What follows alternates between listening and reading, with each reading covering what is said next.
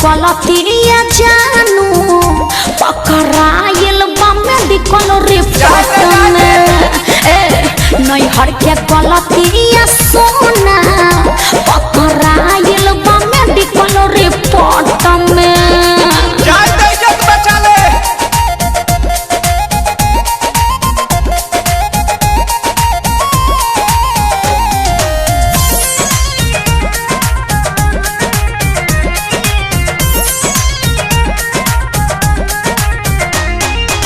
से कहीं डर लागता ई सब झगड़ा के घर लागता।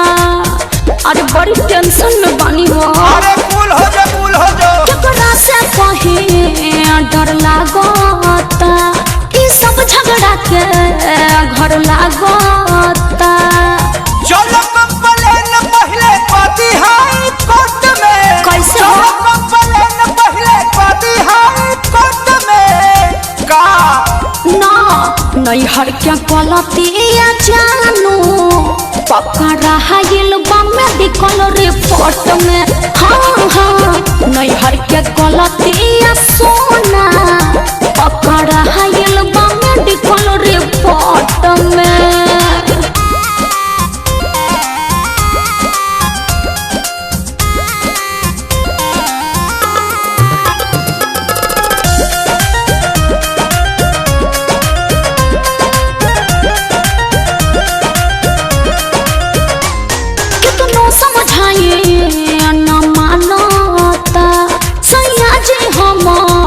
सब जानता अरे का करी कुछ समझ में नहीं खेबा। कितनो समझाइए न मानता सैया जी हमार सब जानता। राखो विश्वास रोशन बारे सपोर्ट में। राखो विश्वास पर मुझे बारे सपोर्ट में।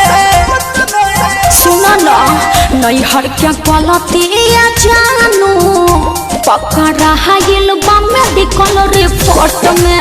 हाँ नैहर के गलतिया सोना पकड़ाइल बा मेडिकल रिपोर्ट में।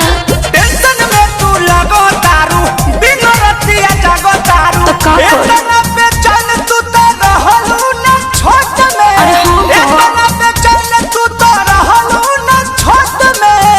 का बोले काहे नैहर के गलतिया जानू पकड़ाइल बा मेडिकल रिपोर्ट में।